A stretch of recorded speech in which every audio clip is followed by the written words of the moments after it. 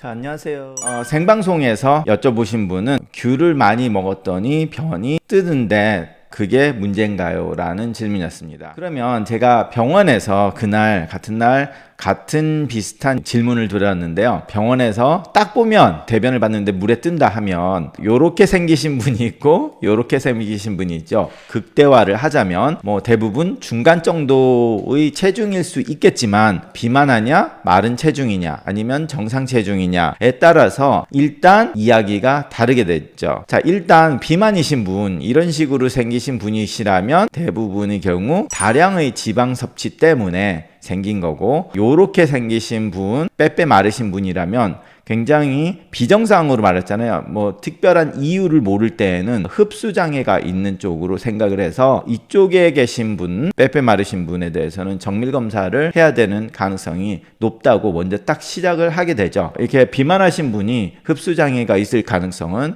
좀 낮죠. 자, 그래서 일단 건강한 사람에서 변을 봤을 때 변기에 물이 뜬다 하면은 건강한 사람이니까 일단 가장 큰 이유가 많은 섬유질을 섭취했을 때 일어나게 됩니다. 그래서 뭐 콩이나 이렇게 브로콜리, 브루셀, 컬리플라워 이런 거를 많이 먹으면 이런 것들이 섬유질이 다 흡수가 안 되고 변으로 나오기 때문에 이런 것들이 많을 경우에는 물에 뜨게 될 수밖에 없거든요. 그러니까 변에서 섬유질이 많은 경우 나쁜 게 아니죠. 특히 변비 있으신 분은 섬유질 많이 먹어라 뭐 이렇게 말을 하는데 결과적으로 이런 것들은 좋은 음식이기 때문에 근데 좀 더 많이 드셨을 때 이렇게 올 수 있고, 질문하신 것처럼 귤을 많이 먹어도 귤에 섬유질이 많기 때문에 귤을 많이 드신 분 그렇게 되면 변이 뜨게 됩니다. 섬유질이 많을 경우에. 자, 그리고 또 다른 건강한 사람 아까 때처럼 과다한 지방 섭취를 할 때 지방이 물에 뜨지 않나요? 이거는 뭐 유튜브에서 이렇게 먹방을 하시는 분들이 있는데 여성분들이 와 이만큼을 탁 놓고 드시더라고요. 자, 이렇게 막 드시는 분들이면 아마 먹방 이 여성분들이 이런 음식이 다 들어가는 거 보면 솔직히 의학의 미스터리라서 뭐 어떻게 될지는 제가 장담을 못 하겠는데 뭐 일반인에서 이렇게 먹으면 뭐 바로 설사를 하는 경우도 꽤 있죠. 왜냐면 너무 많은 지방이 갑자기 들어가니까 흡수를 못해서 설사까지 할 수 있는 그런 것들. 그렇지만 이렇게 많이 먹고 설사를 했다. 그럼 그거는 병이 아니죠. 많이 먹었으니까 흡수를 못해서 그렇게 나온 거니까 병은 아니고 건강한 사람에서 일어나는 일이 되겠습니다. 시청자분께서 주선님께서 먹는 음식에 따라서 변이 뜨는 게 아닐까요? 예, 맞는 말이죠. 그래서 먹는 거에 따라서 변이 지금 말씀드린 것처럼 뜨기는 한데 문제는 병이 있어서 뜨는 똥이 있습니다. 그래서 여기에 대해서 이제 말씀을 드리고 싶어서 하는데, 자, 변이 만약에 뜬다. 그럼 가장 우리가 흔하게 생각하는 거는 흡수 장애가 있어서 특히 지방의 흡수 장애가 있는 사람들이 변이 뜨는 걸 볼 수 있습니다. 그리고 지방의 흡수에 관련된 질환들이 문제가 있을 때 이렇게 지방이 흡수가 안 되니까. 그런데 그러면 이제 췌장염이 있어도 지방 분해하는 소화액이 나오는데 거기에 대한 문제가 있어서 지방을 흡수 못 하니까 그렇게 되고요. 위염이나 장염, 크론시병 뭐 이런 식으로 있는 과민성 장증후군 이런 식으로 흡수 자체에 아니면 장에 염증 상태가 생기면 흡수에 장애가 될 수 있거든요. 그렇기 때문에 그런 분들이 생길 수도 있습니다. 변이 뜨는데 섬유질 말고 만약에 이게 지방 흡수 장애라면 이제 변을 봤을 때 이런 식으로 변기에 좀 묻는 현상이 일어나요. 보통 이제 기름이 많으면 이런 식으로 변에 요런 데 보면 이런 식으로 이렇게 변기에 더 들러붙는 그런 것이 되는데, 그런 현상이 일어났을 때는 지방 흡수 장애를 좀 생각을 해볼 수 있는데, 지방 흡수 장애가 있으면 변이 뜬다고 하잖아요. 그럼 뜨는 것보다 이렇게 묻는 것이 더 정확하다라는 통계가 있습니다. 그래서 지방 흡수 문제를 일으키는 병들, 이게 의외로 종종 일어납니다. 꼭 굉장히 흔한 건 아닌데 굉장히 희귀한 병도 아니에요. 그래서 특히 이제 담도 문제가 있으신 분들, 뭐 담도에 담도암이 있거나 담도가 협착이 됐거나 아니면 담석 때문에 담즙이 나오는데 문제가 있거나 이렇게 해서 담도가 지방에 녹이고 흡수하는 그런 작용을 하는데 이제 담즙이 못 나오는, 담즙의 길을 막아서 아니면 담즙을 만들거나 길을 막아서 생기는 그런 병들이 있는 경우, 췌장 문제, 그러면 췌장에서도 그 아밀레이스 뭐 이런 식으로 해서 녹이는 소화액이 나오는데 그런 것들 문제, 만성 췌장염이 있거나 특히 이제 술을 많이 드셨거나 다고나 뭐 이런 게가 나서 아니면 담석이 지나가다가 그게 중간에 막혀가지고 만성 췌장염을 일으키는, 그래서 췌장염이 있어서 그 소화액을 못 내는 그런 일들, 실리악 디지즈, 글루틴에 대한 알러지 반응을 일으키는 그런 병을 있거나 크론스 디지즈라고 해서 자가면역 질환 중에 장염이죠. 장염이 있는 그런 병이 있으신 분들도 문제가 되기도 합니다. 그리고 뭐 시스틱 파이브로시스라고 해서 한국 사람에서는 제가 한 번도 본 적이 없는데, 제 시스틱 파이브로시스는 거의 유대인들한테서 굉장히 많이 있는 병이에요. 유태인 유전병이라고 생각할 수 있는데 그런 거 있거나 아니면 이제 한국 분들 중에서 방사선 무슨 뭐 장암이나 무슨 암이 있어서 장 쪽에 배 복부 쪽에 방사선을 치료해서 방사선으로 인한 장염이 있을 때도 그렇게 되고요. 위플스 디지즈라고 해서 장에 특정 박테리아가 과다하게 번식을 해가지고 이제 지방도 흡수를 못하게 만들고 탄수화물도 흡수를 못하게 되는 그런 병이 있습니다. 그래서 위플스 디지즈 같은 경우는 이제 박테리아의 번식이기 때문에 항생제로 치료를 하는데, 만약에 이게 치료가 안 됐을 때는 굉장히 크게 문제가 되거나 환자가 죽을 수도 있어요.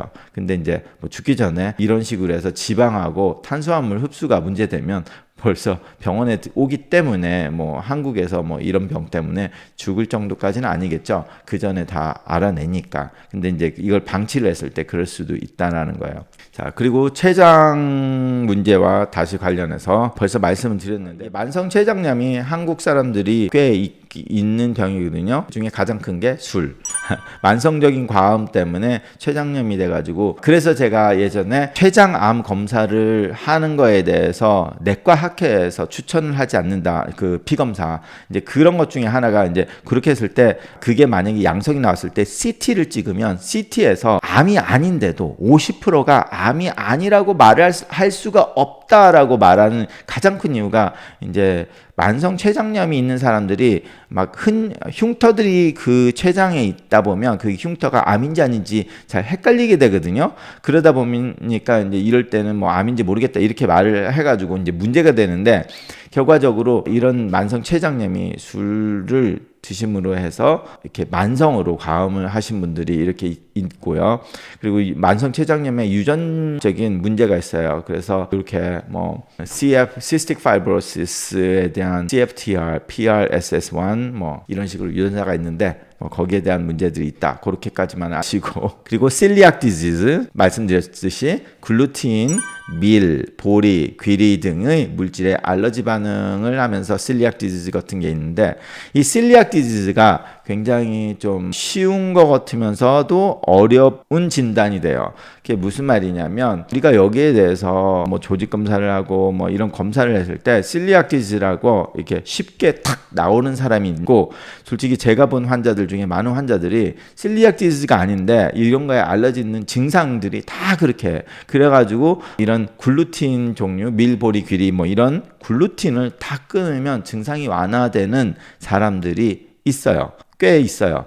그런데 이제 그거를 그래서 내장암 검사를 하고 뭐를 하면 실리악 디지즈는 아니라고 나오는데, 환자가 그걸 끊으면 좋아지는 병이 있어요. 그 말은 뭐냐면, 우리가 진단하는 기준에서 이 진단에서 아니라고 한지언정 약간 약하게 와가지고 문제가 되는 사람들을 우리가 진단을 못하고 있는 경우들이 충분히 있다라는 거죠.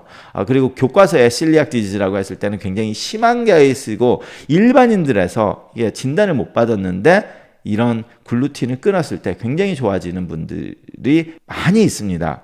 알러지. 근데 한국 사람들한테도 이렇게 진단되지 않은 글루틴 알러지가 꽤 있습니다. 제가 예전에 그 유튜브에서 본 영상 중에 어떤 꼬마 아이인데 얘가 엄청나게 두드러기가 엄청나가지고 피부과 온갖 피부과를 다 가는데 진단을 못 받고 있는 그런 뭐 다큐멘터리가 있었어요. 그러니까 거기 있는 할아버지가 막 애를 밀가루로 몸을 씻겨주는 거예요. 그렇게 하면은 좀 덜하다고. 그러니까 애는 막 간지러워서 죽으려고 그래. 그런 영상을 있었어요. 그 무슨 건강 무슨 이런 거였는데 다큐였는데 그 할아버지가 밀가루로 반죽이 써가지고 계속 매일마다 목욕을 시켜주는데 그 일시적으로 좋아지는 거는 결과적으로 알러지 반응에 우리가 익스포즈를 엄청나게 시키면 알러지가 좋아질 수도 있어요. 근데 그런 식으로 치료를 자신도 모르게 한 건데 그거는 위험해요. 그럼 결과적으로 제가 그걸 딱 보면서 안타까웠던 게, 그분은 아예 밀가루 음식을 완전히 끊었으면 그게 없어질 건데, 너무 정확하게 진단이 나온 것처럼 보인 게, 할아버지가 터득을 한 거야. 얘가 밀가루를 온몸에 다 뿌려가지고 샤워를 시키면 조금 괜찮더라. 그냥 오버 익스포즈를 해버리면 우리가 알러지 치료에서도 어떤 알러지에 반응을 일으키는 사람을 굉장히 많이 막 그거를 떼거지로 익스포즈를 시키는 그런 치료를 하기도 해요. 근데 그게 좀 위험해. 왜냐면 온갖 반응을 하다가 보면 어느 정도 지나서 내 면역 상태에서 난 도저히 이거에는 반응 더 안 하겠다. 이런 식으로 만드는 건데 좀 환자는 되게 고생할 수 있거든요. 그래서 우리가 자주 하는 그런 치료법은 아닌데 사람들이 하나씩 터득을 한 거지. 그 할아버지가 이렇게 하니까 애가 좀 근데 이제 피부과나 알러지과에서 그거를 진단을 못 했더라고. 근데 TV에서 그렇게 딱 보여주면 그러면 저게 저렇게 해서 나면 저게 글루틴 알러지니까 그럼 밀가루 음식 이런 걸 다 끊어야 되는데 빵을 먹고 있고 이러니까 문제가 됐죠. 말이 좀 샜습니다. 죄송합니다. 그 시스틱 파이브로시스는 유전자병 유태인들한테 있고 제가 한국 사람들한테는 본 적이 없어서 넘어가겠습니다. 자, 그래서 이렇게 변이 둥둥 뜬다. 그러면 지방 흡수의 문제가 있을 가능성이 많다. 이제 질병이 있는 사람에서 건강한 사람 아까 말했듯이 섬유질이나 지방을 엄청나게 갑자기 많이 먹은 그런 케이스 말고 진짜로 변에 문제가 있는 사람들, 그런 사람들은 대부분 좀 마르죠. 지방이 흡수를 못하니까. 그럴 때는 이제 변 검사를 합니다. 그래서 fecal fat이라고 해서 변의 지방 포화도를 검사를 하는데요. 어떻게 하냐면 하루에 100g 정도 지방이 포함된 식사를 3일 동안 한 후에 24시간에서 3일간 변 채취를 해서 검사를 합니다. 24시간 하면 변을 제대로 못 누시는 분이 있으니까 3일 정도까지 변을 보신 거는 그 변을 모아서 이제 보내게 되는데요. 그래서 그랬을 때 변에서 하루 7g 이하의 지방이 검출이 돼야 되는데 그게 정상인데 그 이상이 되면 지방의 흡수 장애라고 생각을 하게 됩니다. 그러면 지방의 흡수 장애가 어디서 왔는지 검사를 해야 돼요. 자, 그래서 이렇게 변이 뜨는 거는 정상인들에서도 자주 있는 일입니다. 섬유질, 예를 들어 브로콜리 아니면 귤 이런 거 많이 먹을 수 있잖아요. 너무 맛있어서 귤 막 상자로 수십 개 먹을 수도 있고. 자, 그러면 변이 뜰 수 있어요. 그럼 하루 이틀 뜨는 거지.